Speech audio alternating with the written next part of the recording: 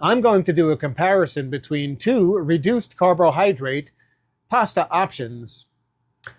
I have a multigrain pasta and I have a chickpea pasta, which I'm going to prepare according to package directions and serve with this meat sauce I made yesterday with sausage and chicken and bacon and meatballs in the lowest carbohydrate tomato sauce I could find on the shelf at my local supermarket.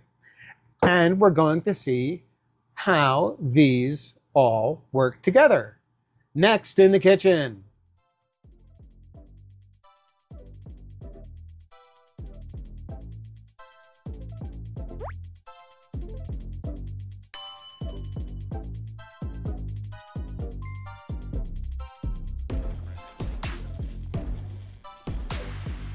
A pot of water at a good rolling boil.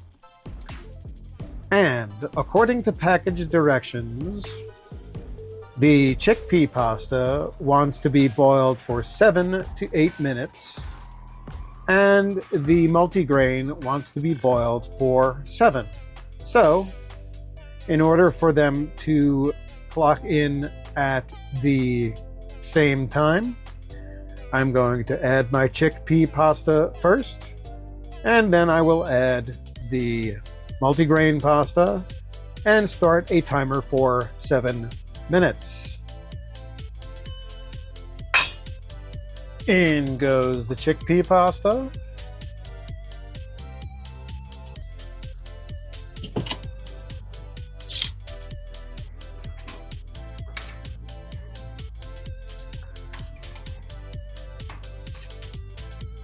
Get everybody in the water.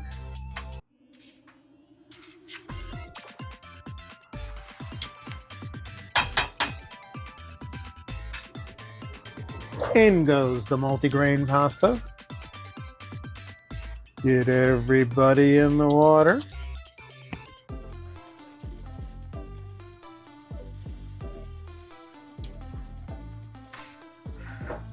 Turn the heat up. Let's get that back to a boil. Let's get something to stir it with. And let's just whiz that around a little bit until she comes back on the protein break, which everybody else calls overboiling a pot with spaghetti.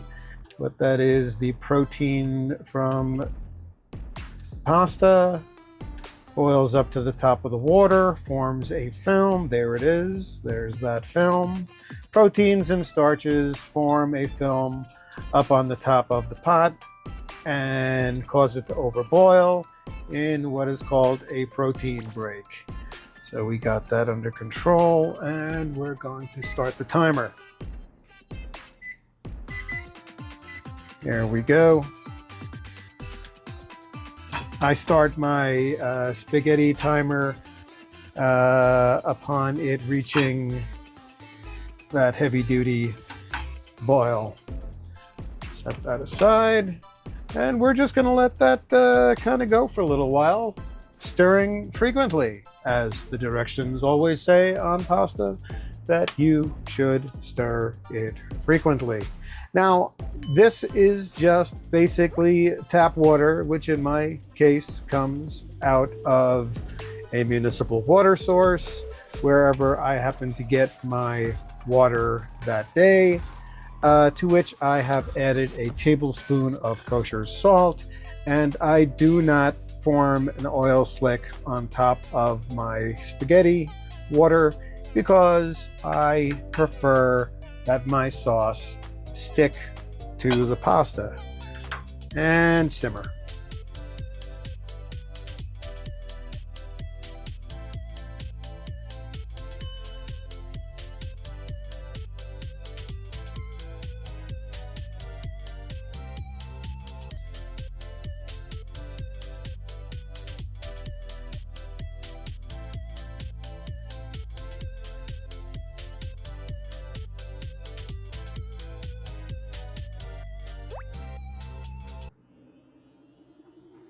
I did not clean my lid in between yesterday's sauce.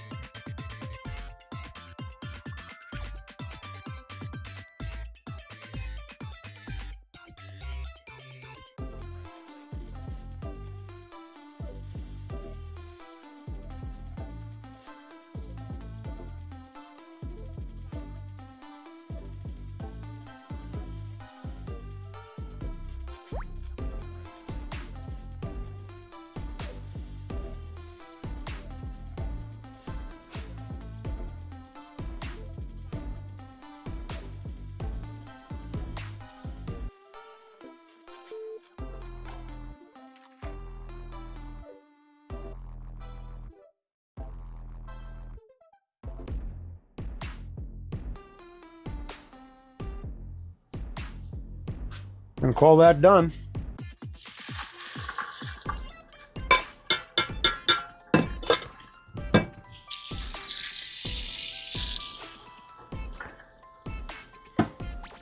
I rinse my pasta. 2 reasons. I want to stop the cooking action, so cold water.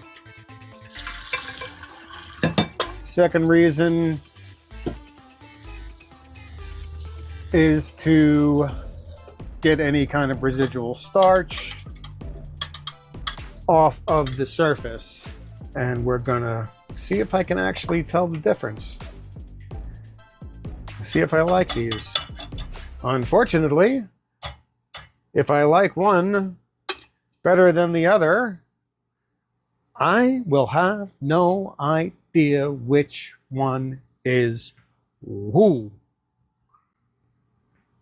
So,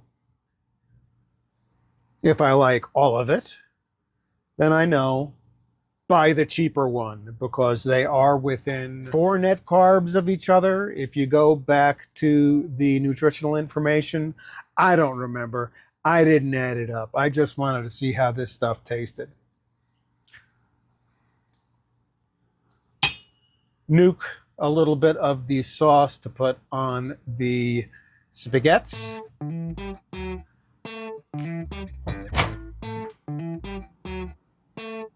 Gonna stick that in there. We're going to stop the spatter before it happens and hit the on button. That's steaming yet? Yes, that is steaming. 5, 4, 3, 2, 1, and beep. And Parmesan.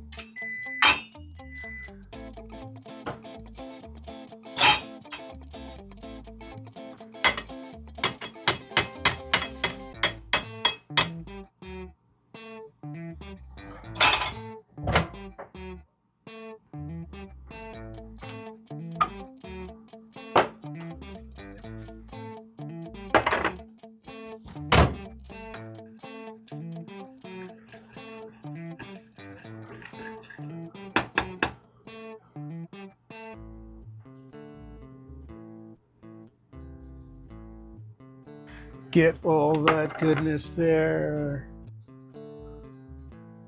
A little bit of parm. And there we have it. We have low carb spaghettis and meat sauce for dinner tonight in the kitchen. Well, here's what tells the real tale, folks, and that is, how does it taste?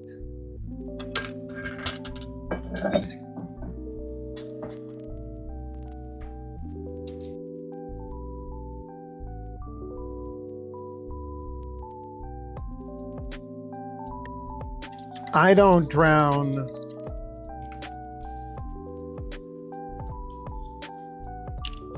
my pasta in a lot of sauce. The sauce here is where the carbohydrates are. So to keep the carbs down,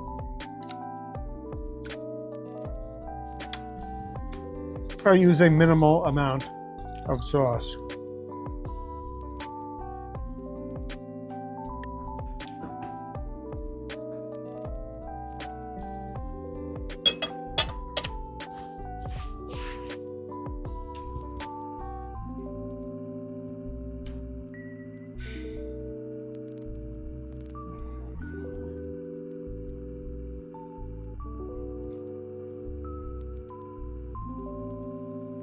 I'm going to call the texture almost pasta.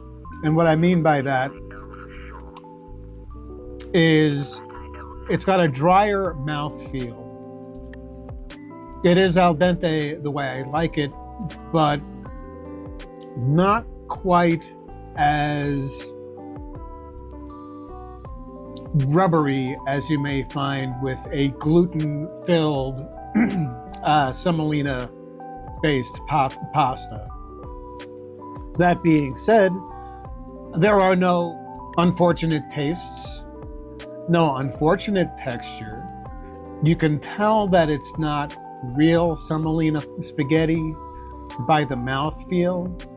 But for my money, at the reduced carb count in this stuff,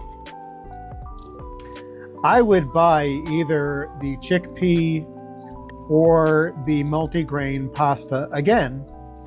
I don't know that I'd buy both. Like I said, I'll probably seek out whichever is the least expensive.